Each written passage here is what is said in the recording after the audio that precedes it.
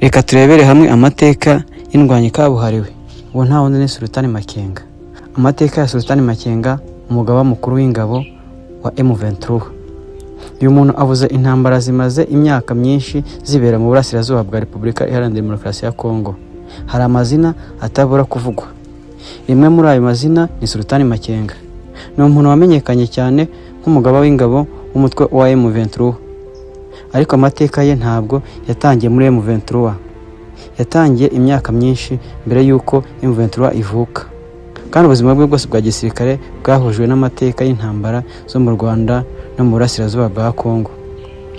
Uyu munsi tugiye kureba uwo Sultani Makenga ari we muntu ki, ahavuye, imitwe yitwaje intwaro yanyuzemo, uko yabaye umwe mu bayobozi bakomeye ba M23, uko yatsinzwe muri 2013 ndetse n'uburyo yagarutse nyuma y'imyaka myinshi kugeza aho M23 yigaruriye Goma na Bukavu. Sultani Makenga ninde? Sultani Makenga ni umunyakongo wavukiye i Rucuru muri Nord Kivu mu burasirazuba bwa Kongo mu 1973.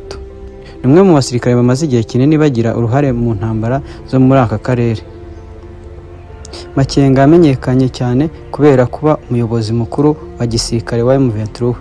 Ariko kugira ngo dusobanukirwe impamvu Makenga yabaye umuntu ukomeye muri M23, tugomba gusubira inyuma tukareba amateka ye mbere ya M23. Ubuto n'inzira ya gisirikare ya Sultani Makenga. Makenga yinjiye mu bikorwa bya gisirikare mu gihe akarere k'ibiyaga bigari kari karimo imvururu zikomeye. Mu ntangiriro z'imyaka y'1990 yagize uruhare mu bikorwa bya gisirikare bifatanye isano n'intambara yo mu Rwanda. Nyuma yaho yagiye mu bikorwa by'intambara byabereye muri Kongo. Yanyuze mu mitwe itandukanye irimo RCD, nyuma aza no kuba muri CNDP, umutwe wari uyobowe na Rurankunda. Ibi byatumye Makenga agira uburambe bukomeye mu ntambara zo mu burasirazuba bwa Kongo. CNDP nuko yageze muri M23. Mu mpera z'imyaka 2 CNDP ya Rurankunda yari umwe mu mitwe ikomeye yarwanaga n'ingabo za leta ya Kongo. Nyuma y'amasezerano yo guhagarika imirwano no kwinjiza bamwe mu barwanyi mu ngabo za leta, bamwe mu basirikare bari barigeze kuba muri CNDP bagiye mu gisirikare cya Kongo. Ariko muri 2012 havutse ikibazo gikomeye. Abasirikare bamwe bahoze muri CNDP batangiye kwigomeka ku bategetsi ba Kinshasa. Aho niho havuye M23 Mouvement du 23 Mars. Makenga aba umwe mu bantu bakomeye cyane mu gisirikare cy'umutwe wa M23. M23 yafashe Goma. Umwaka wa 2012 wabaye umwe mu myaka ikomeye cyane mu mateka ya M23. Ingabo za M23 zakomeje kwigarurira ibice bitandukanye bya Nord Kivu. Mu Gushyingo 2012 M23 yageze ku ntsinzi ikomeye ubwo yigaruriraga Goma, umujyi ukomeye cyane uri ku mupaka wa Kongo n'u Rwanda.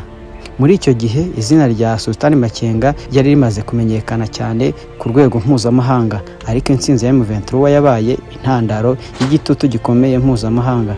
Umuryango w'abibumbye watangiye kongera igitutu kuri M23 ndetse Makenga ashyirwa ku rutonde rw'ibihano.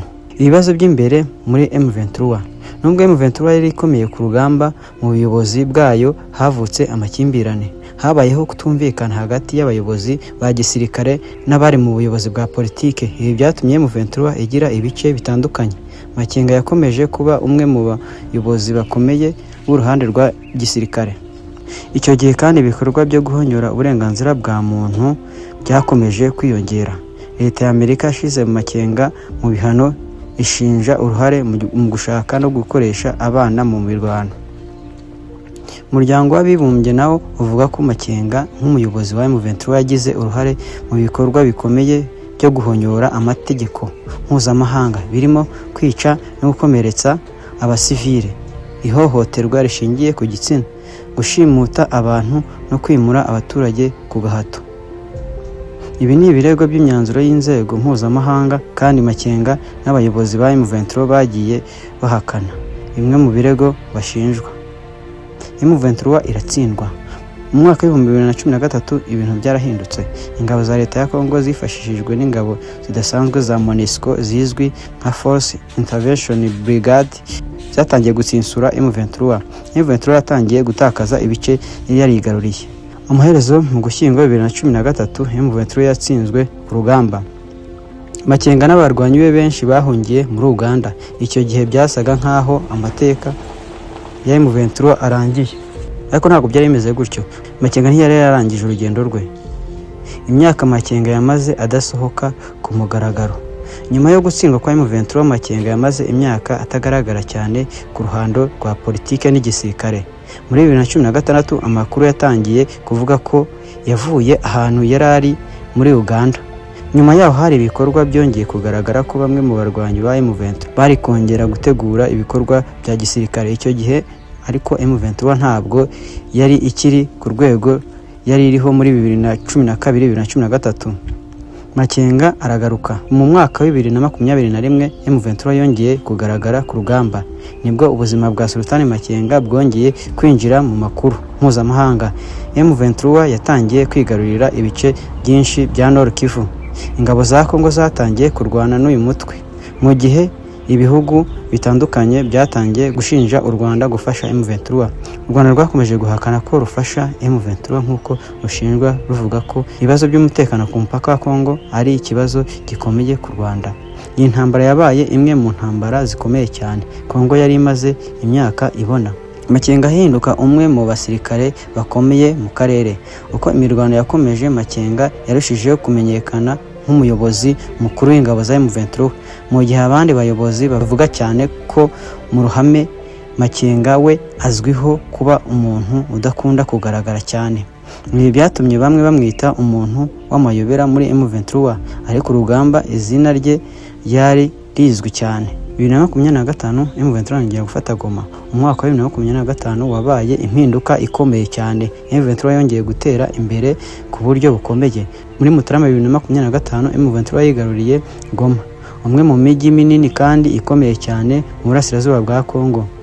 Nyuma yaho M23 yakomeje gutera imbere yerekeza mu majyepfo. Muri Gashyantare 2025 umutwe wafashe na Bukavu, umurwa mukuru wa South Kivu. Ibi byatumye Makenga agaragara nk'umwe mu bayobozi b'ingabo z'umutwe witwaje intwaro ufite ububasha bukomeye kurusha uko wari ufite muri 2012. Makenga muri 2026 kugeza muri 2026 Sultan Makenga aracyagaragara nk'umwe mu bayobozi bakuru ba gisirikare ba AFC M23. Muri Werurwe 2026 agaragaye ayoboye umuhango wo kurangiza imyitozo y'abarwanyi bashya barenga 5. Andi makuru muri Gashyantare 2026 yavuze ko AFC M23 yerekanye abarwanyi bashya 7532 bari barangije imyitozo ya gisirikare mu bikorwa cyari gifite uruhare rwa Makenga nk'umuhuzabikorwa wa gisirikare. Ibi byerekana ko nubwo hari ibiganiro by'amahoro n'igitutu mpuzamahanga, M23 yakomeje kubaka ubushobozi bwayo bwa gisirikare. Makenga n'ibihano mpuzamahanga. Hari ikintu gikomeye umuntu agomba kumenya ku mateka ya Sultan Makenga. Izina rye rimaze imyaka riri ku rutonde rw'ibihano mpuzamahanga. Umuryango w'abibumbye uvuga ko Makenga ari umuyobozi wa gisirikare wa M23 kandi umushinja uruhare mu bikorwa bikomeye byo guhonyora amategeko mpuzamahanga. Leta Zunze Ubumwe za Amerika nayo yamushize mu bihano kuva muri 2012. Ivuga ko yari afite uruhare mu gushaka no gukoresha abana mu ntambara. Muri 2024 inkiko za gisirikare za Kongo zakatiye urubanza Makenga adahari hamwe n'abandi bayobozi ba M23. Ibi byose byatumye Makenga aba umwe mu bayobozi b'inyeshyamba bazwi cyane ku rwego mpuzamahanga mu karere k'ibiyaga bigari. Niki gituma Makenga akomeza kuba umuntu ukomeye? Hari ibintu byinshi. Icyambere ni uburambe bwe mu ntambara. Makenga amaze imyaka irenga 30 afite isano n'ibikorwa bya gisirikare byo mu karere. Icya kabiri nuko azi neza imiterere y'uburasirazuba bwa Kongo. Icya gatatu nuko M23 yongeye kugira ubushobozi bukomeye bwa gisirikare kuva muri 2021. Icya kane nuko M23 ubu ifite ubuyobozi bwa gisirikare n'ubwa politike bukorana cyane binyuze muri AFC M23. Ibi byatumye Makenga ataba gusa umuntu wo mu mateka ya M23 ya 2012, ahubwo aba umuntu ukomeye kugira uruhare mu ntambara yo mu burasirazuba bwa Kongo. Makenga asoza ate amateka ye?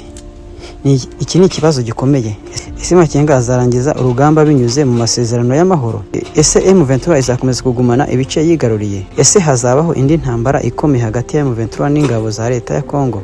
Kugeza ubu ibyo ntibiramenyekana neza, ariko ikizwi nuko Sultan Makenga amaze imyaka myinshi ari umwe mu bantu bagize uruhare rukomeye mu mateka y'intambara zo mu burasirazuba bwa Kongo. Kandi muri 2026 izina rye riracyari mu bantu bavugwa cyane iyo hakozwe isesengura ku mbaraga za M23. Sultan Makenga ntabwo ari izina ryavutse muri 2021 cyangwa muri 2025, ni izina ryubatswe mu myaka myinshi y'intambara. Yavuzwe muri RDF, RC na CNDP. Aza kuba umwe mu bayobozi bakomeye ba M23. Yabonye M23 ifata Goma muri 2012, yabonye M23 itsindwa muri 2013. Yamara imyaka atagaragara cyane, hanyuma akagaruka muri 2021, maze M23 yongera kuba umutwe ukomeye. Muri 2025 M23 ifata Goma na Bukavu. No muri 2026 Makenga aracyagaragara nk'umuyobozi mukuru wa gisirikare wa FCM M23, ariko amateka ye afite impande ebyiri. Hari abamubona nk'umuyobozi w'umutwe uvuga ko urwanira inyungu z'abaturage bo mu burasirazuba bwa Kongo, mu gihe inzego mpuzamahanga zimushinja uruhare mu bikorwa bikomeye byo guhonyora uburenganzira bwa muntu n'amategeko mpuzamahanga. Kandi niyo mpamvu amateka ya Sultan Makenga akomeza kuba umwe mu nkuru zikomeye kandi zitavugwaho rumwe mu mateka ya Kongo. Niba iyi nkuru wayikunze kandi kuri ubu wakanda subscribe, ukande like, kandi utubwire muri comment icyo utekereza kuri Sultan Makenga n'amateka ya M23. Ntuzibagirwe gukurikira Victory Nation, aho tubagezaho amateka, amakuru n'inkuru zikomeye zo muri Afurika n'ahandi ku isi. Mukomeze kugira ibihe byiza.